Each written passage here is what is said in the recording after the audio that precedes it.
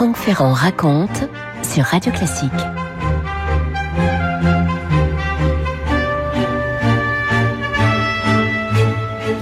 Cézanne et Zola, ils sont nés à 1 an d'écart au milieu du règne de Louis-Philippe, l'un en 1839, Paul Cézanne, l'autre en 1840, Émile Zola. Émile voulait être peintre, Paul lui rêvait de se faire écrivain, vous avez bien entendu, ma langue n'a pas fourché, comme si mutuellement, chacun avait réalisé le projet de l'autre, ce qui ne les a pas empêchés de rêver longtemps aux mêmes choses.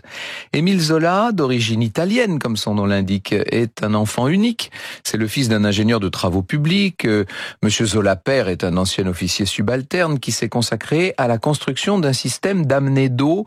Il fallait amener l'eau potable jusqu'à Aix-en-Provence, depuis la montagne Sainte-Victoire. Ça a été la grande affaire de sa vie. Le petit Émile n'a que 3 ans lorsqu'il arrive à Aix, donc. Suivant ses parents, orphelin de père, 4 ans plus tard, il sera finalement élevé par sa mère et sa grand-mère, et puis plus tard, naturalisé français en 1862, à 22 ans, donc en plein Second Empire.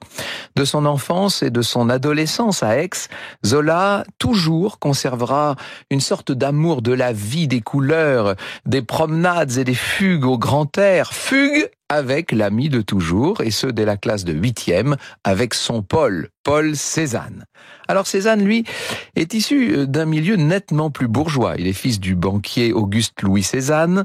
Ses parents avaient 20 ans d'écart au petit Paul. Ils avaient été d'assez modestes chapeliers jusqu'à la création de la banque Cézanne-Cabassol, qui devait faire toute la fortune de la famille et qui devait faire évidemment l'enfance tout à fait feutrée du jeune Paul. Il faut imaginer Paul et Émile inséparables, ces 2 copains d'école, graves dans les confidences qu'ils se font, légers comme on peut l'être à leur âge face à toutes les étrangetés de la vie, complicité, compréhension, rire et codes secrets, pudeurs inutiles et grands serments. Dieu que ces amitiés d'enfance sont belles, et comme on aimerait que la vie ne se charge pas de les dénouer un peu trop facilement et souvent pour de mauvaises raisons. C'est pour Zola toute la saveur en quelque sorte de cette enfance auprès d'un Paul qu'il admire beaucoup. Il va néanmoins devoir aller rejoindre sa mère à la capitale. On monte à la capitale. Zola va échouer 2 fois au bac, il va commencer des petits boulots, tandis que Paul, lui, réussit son bachot avec mention et s'inscrit à la faculté sur ordre de son père. Il doit aller faire son droit, on le destine à la profession de banquier.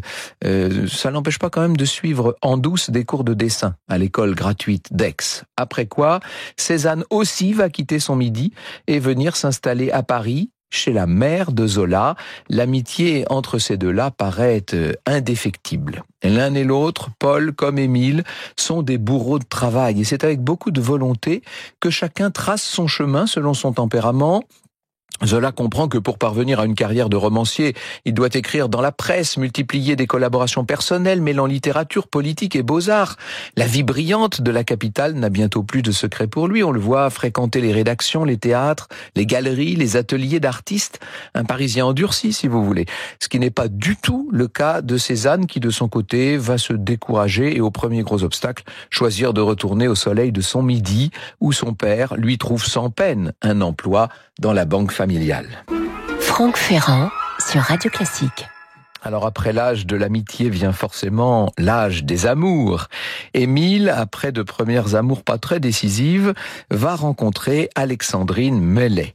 Est-ce qu'elle a été avant ça la maîtresse de Paul? Est-ce qu'elle a d'ailleurs posé pour Paul? Ça n'est pas prouvé, mais certains le pensent, et c'est vrai que ça reste plausible. Madame Zola mère, en attendant, ne voit pas cette liaison d'un bon œil. Le couple va devoir attendre 5 longues années avant de se marier à la mairie du tout nouveau 17e arrondissement de Paris. Et Cézanne, me direz-vous, qu'en est-il, lui, là-bas, de son côté? Eh bien, il va lui aussi devoir cacher sa liaison avec Hortense Fiquet qu'il a rencontré en 1869 et qui lui donne un fils prénommé Paul lui aussi. Seules sa mère et sa sœur seront informées de cette histoire que l'on tait au père afin qu'il continue de soutenir financièrement son fils, quoique chichement, il faut bien le dire. Cézanne effectuera 45 portraits de sa femme. Est-ce que le couple s'entend bien? Probablement pas. Après s'être un temps installé à Bennecourt et avoir ensemble regagné le Midi, on les voit vivre chacun de son côté. Paul avec sa mère et sa sœur, Hortense et son petit Paul ailleurs. Resté à Paris donc, Zola écrit pour l'Événement maintenant. Il signe ses chroniques d'un pseudonyme, Claude. D'ailleurs, son premier roman s'appellera La Confession de Claude. Une vision du monde commence à s'esquisser sous sa plume. Je le cite, « Une œuvre d'art est un coin de la création vu à travers un tempérament. Zola n'a jamais perdu son penchant d'enfance pour la peinture. Ce que je cherche avant tout dans un tableau, dit-il, c'est un homme et non un tableau. » De son ami Dex, il écrit par ailleurs « Cézanne travaille. Il s'affirme de plus en plus dans la voie originale où sa nature l'a poussé. J'espère beaucoup en lui. D'ailleurs, nous comptons qu'il sera refusé pendant 10 ans. Il cherche en ce moment à faire des œuvres, des grandes œuvres, des toiles de 4 à 5 mètres. » Et Zola écrit au critique d'art Valabrègue, qui est lui aussi un Aixois d'ailleurs, il lui écrit « Je ne vis entouré que de peintres. Je n'ai pas ici un seul littérateur à qui causer. » Ce goût de Zola pour la peinture est tel qu'il ne fréquente en effet que des peintres, Monet, Duranty, Fantin-Latour, Degas, Burti et surtout Manet. Et puis bien sûr, Manet qu'il aime et qu'il adore et qu'il admire. John Rewald nous dit « Si Cézanne restait pour Zola l'ami d'enfance le plus cher, l'amitié artistique qui le liait à Manet était bien plus forte encore. » La peinture de Manet va l'amener vers ce qui d'ailleurs va devenir son école à lui, son naturalisme en littérature. Or, de son côté, Cézanne ne partage pas du tout l'engouement de son ami. Lui a tendance à s'agacer des manières de Manet, de ses manières de bourgeois affable avec tous.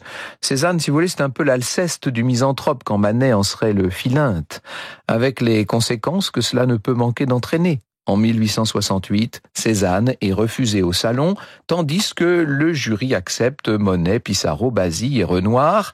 Et puis forcément, Manet qu'on vient d'ailleurs d'accepter pour un portrait de Zola. Franck Ferrand sur Radio Classique. Paul Cézanne a beau être de retour dans la capitale et ses environs, il ne se départit pas d'un fort accent provençal qu'il fait exprès d'accentuer d'ailleurs pour essayer de provoquer ses amis parisiens, si tant est d'ailleurs qu'on puisse les appeler, les taxer d'amis.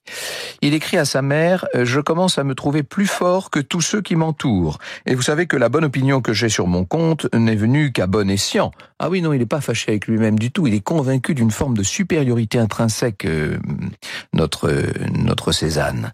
Tous ceux qui m'entourent, qui sont-ils? Ils se retrouvent au café Guerbois, situé 9 Grande Rue des Batignolles. Aujourd'hui, c'est le 9 de l'avenue de Clichy. Ils sont de la même génération, d'ailleurs, comme le notait le regretté Michel de Decker. Je le cite. En 1870, Degas avait 36 ans. Cézanne, 31.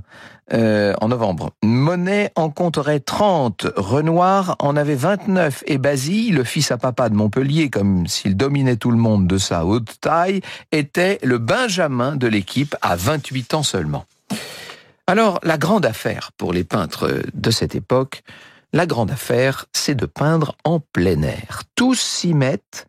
Il s'agit de sortir des ateliers en même temps que de sortir de l'académisme, évidemment. Il faut inventer de nouvelles formes. Je vous ai parlé de Monet. L'autre jour, je parlais de Boudin, bien entendu, qui va aller peindre partout les plages et les ciels de Normandie. Et puis Jonquin, et puis Pissarro.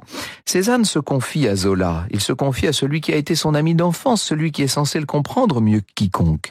Tous les tableaux faits à l'intérieur, dit-il dans l'atelier, ne vaudront jamais les choses faites en plein air. En représentant des scènes du dehors, les oppositions des figures sur les terrains sont étonnantes et le paysage est magnifique. Je vois des choses superbes et il faut que je me résolve à ne faire que des choses en plein air. Je crois bien que tous les tableaux des maîtres anciens et représentant des choses en plein air ont été faits de chic, car ça ne me semble pas avoir l'aspect vrai et surtout original que fournit la nature. Ce n'était pas faux, vous savez qu'effectivement, autrefois, beaucoup de peintres qui nous livraient des paysages avaient fait ces peintres en atelier après des observations d'après nature. À Paris, Cézanne va faire poser Zola, et bien sûr que l'écrivain se prête à l'exercice, comme il l'a fait déjà devant Monet, donc, comme il l'a fait aussi devant Fantin-Latour pour l'atelier des Batignolles, exposé au Salon de 1870. Fin 72, Paul Cézanne s'est installé à Auvers, pas très loin de chez le docteur Gachet que Van Gogh va rendre célèbre. Entre Pontoise et Auvers, il va passer 2 années décisives pour son art. Il parvient à remplacer les tons sombres par une gamme claire, nous dit John Rewald. Il ne lui reste qu'à exploiter cette nouvelle palette afin d'atteindre à cette richesse de couleurs qu'il admirait tant chez Eugène Delacroix. Encore une fois, la toile qu'il propose au salon est à cette époque-là refusée. Et Guimet s'inquiète. Il écrit à propos de ce pauvre Cézanne, celui que tout le monde refuse et toujours et partout. Ce que vous me dites de Paul m'attriste beaucoup. Le brave garçon doit souffrir comme un damné de tous les essais de peinture où il se jette à corps perdu et qui ne réussissent que rarement, hélas. Et pendant ce temps, c'est toute une école qui est en train de s'organiser. Est-ce que j'ai besoin de vous dire que c'est l'école des impressionnistes? Bien sûr, vous connaissez l'origine du mot impressionniste. C'est un journaliste du très populaire Charivari, qui s'appelle Louis Leroy, qui s'en prend à la toile de Monet intitulée Impression soleil levant et qui, pour se moquer de Monet, pour se moquer de ce qu'il considère comme un sous-art d'une certaine manière, va employer le terme de peintre impressionniste. Eh bien, c'est un terme que les peintres en question vont relever, vont reprendre par fierté, par défi et dont ils vont faire, vous savez, l'école universellement admirée que l'on sait. D'ailleurs, les bourgeois à l'époque viennent essentiellement voir les impressionnistes dans diverses expositions pour plaisanter, pour rire et pour passer un bon moment. Il ne faut pas se tromper. Bref, les peintres en question louent un appartement rue Le Pelletier. Cézanne y expose 3 tableaux devant lesquels, évidemment, on se gausse. Et 2 ans plus tard, les impressionnistes vont réitérer, sauf que cette fois, Paul n'est plus là. Où est-il? Il est rentré à Aix-en-Provence en 1877. On organise une 3e exposition à laquelle Cézanne participe pour 16 toiles. C'est l'année où Zola publie L'Assommoir. Les refus perpétuels que Cézanne essuie par ailleurs aux expositions plus officielles ont fini par inquiéter la critique et par susciter la curiosité. Je cite Jean Prouvaire dans Le Rappel. Parlerons-nous de Monsieur Cézanne? De tous les jurys connus, aucun n'a jamais, même en rêve, entrevu la possibilité d'accepter aucun tableau de ce peintre qui se présentait au salon, portant lui-même ses toiles sur son dos comme Jésus-Christ sa croix. Un amour trop exclusif du jaune a jusqu'à cette heure compromis l'avenir de Monsieur Cézanne. Je suis pas persuadé que le jaune soit pour grand-chose dans le refus assez obstiné dont il avait fini par s'habituer à faire l'objet. Durand-Ruel achète des Monet, achète des Renoir, achète des Pissarro, mais pas de Cézanne. C'est vrai que les impressionnistes commencent à intéresser dans un certain milieu. Et Cézanne, qui donc est de retour dans son sud, va se contenter d'envoyer un tableau annuel au jury du salon qui régulièrement le refuse. Zola va faire la critique de ces salons, il traite longuement de Monet, mais sur Cézanne, il n'a qu'une seule phrase. Et c'est l'ami de son enfance dont il parle. Monsieur Paul Cézanne, qui est certainement le plus grand coloriste du groupe. Bon, c'est déjà ça. C'est un geste d'amitié qui, peut-être aux yeux du trop fier Cézanne, pourrait passer pour un geste de charité. Cézanne n'expose pas avec ses amis, il continue de soumettre chaque année ses œuvres au salon officiel et il reçoit régulièrement ces fameuses lettres de refus. Monsieur, nous avons le regret, c'est même pas la peine de lire plus loin. 1879, 80, 81, 82 et puis encore 1886, 87, 6 années de refus au salon, 6 années d'échecs. Et face à ces échecs, force est de constater que l'ami d'enfance, que Émile Zola, accumule, lui, les succès. En 1877, avec L'Assommoir, il a même connu une forme de gloire. C'est le 7e roman de sa série des Rougon-Macquart. Il est devenu tellement important, tellement célèbre, il va bientôt devenir tellement riche qu'il pourrait venir en aide à son ami peintre. Et d'ailleurs, il va lui en faire la proposition. Franck Ferrand sur Radio Classique. Et oui, Zola a réussi, lui. Il est riche, il est reconnu, il s'achète une maison incroyable à Médan. En tout cas, la maison au départ n'était pas incroyable. Ce qui est incroyable, c'est ce qu'il va en faire. Il va en faire une sorte de gigantesque atelier d'écriture qu'il décore abondamment de peintures, de sculptures, de bibelots et d'œuvres d'art. Et il invite là-bas, à Médan, des artistes, des hommes politiques, des gens de lettres en vue. Cézanne vient là-bas, bien sûr, et il agace tout le monde, toujours habillé en ouvrier, cotte bleue et et veste de velours côtelé maculée de peinture. C'est un peu un révolté, Cézanne, finalement. Il n'a jamais accepté son milieu, il n'a jamais accepté les codes qu'on est censé lui voir adopter. En septembre 1882, alors que, une fois de plus, son tableau vient d'être refusé donc par le salon, on peut dire qu'il vire dans la misanthropie pure et dure. Il ne supporte plus rien ni personne. On le reçoit par habitude ou par devoir, par charité, là aussi, nous dit Bernard Fauconnier. Mais aussi, a-t-on idée de faire constamment la tête alors qu'on vous reçoit, d'adopter devant les autres un silence qui semble un jugement et un reproche permanent? Oui, on peut dire de Cézanne qu'il est devenu un peu lourd, un peu pénible, au point que Madame Zola, Alexandrine Zola, explique à son mari que c'est trop, et qu'elle n'a plus envie de le voir chez elle. Cézanne gâche tout par son tempérament et par cette espèce d'orgueil dans lequel il a fini par s'enferrer et par s'enfermer. Les Rougon-Macquart triomphent.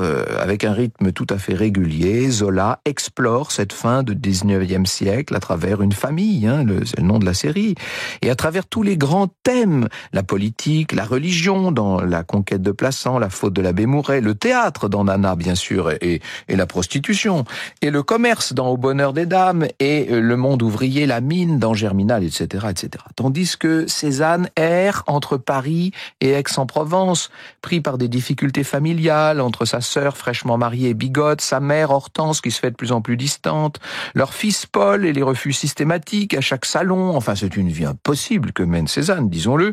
Zola, lui, publie une page d'amour, Nana, Pot-Bouille, Au bonheur des dames, La joie de vivre, etc. Et Germinal. Il annonce le prochain, un roman qu'il qualifie d'autobiographique qui reprendra sa vision de l'art et de la critique d'art. Ah, ça c'est sa grande affaire. C'est la grande question de sa vie d'une certaine manière. Le roman en question s'appellera L'œuvre. De quoi faire lever un sourcil à Cézanne, bien entendu. L'œuvre raconte l'histoire de Claude Lantier, fils de Gervaise. Gervaise, c'était l'alcoolique, la pauvre alcoolique de l'Assommoir, vous savez. Claude est un peintre qui ne parvient pas à s'imposer, ni à être reçu une seule fois au salon. Tiens donc, artiste raté, œuvre avortée, les mots sont sévères et le peintre du roman finit par se pendre, étant dans une impasse, n'ayant plus aucune perspective. Vous connaissez la formule, toute ressemblance, etc., etc. Franck Ferrand sur Radio Classique. Et naturellement, l'auteur Émile Zola adresse un exemplaire à son vieil ami Paul Cézanne, qui lui répond tout de suite. « Mon cher Émile, je viens de recevoir l'œuvre que tu as bien voulu m'adresser. Je remercie l'auteur des Rougon-Macquart de ce bon témoignage de souvenirs et je lui demande de lui permettre de lui serrer la main en songeant aux anciennes années. Tout à toi sous l'impulsion des temps écoulés, signé Paul Cézanne. » C'était en quelque sorte un adieu par écrit, un adieu signé que Paul Cézanne venait d'envoyer à celui qu'il ne reverrait jamais. Avec l'œuvre, ce 14e roman des Rougon-Macquart, Zola est parvenu à la correspondance des arts. Il avait écrit des tableaux, il avait peint un récit, mais il avait aussi perdu son ami.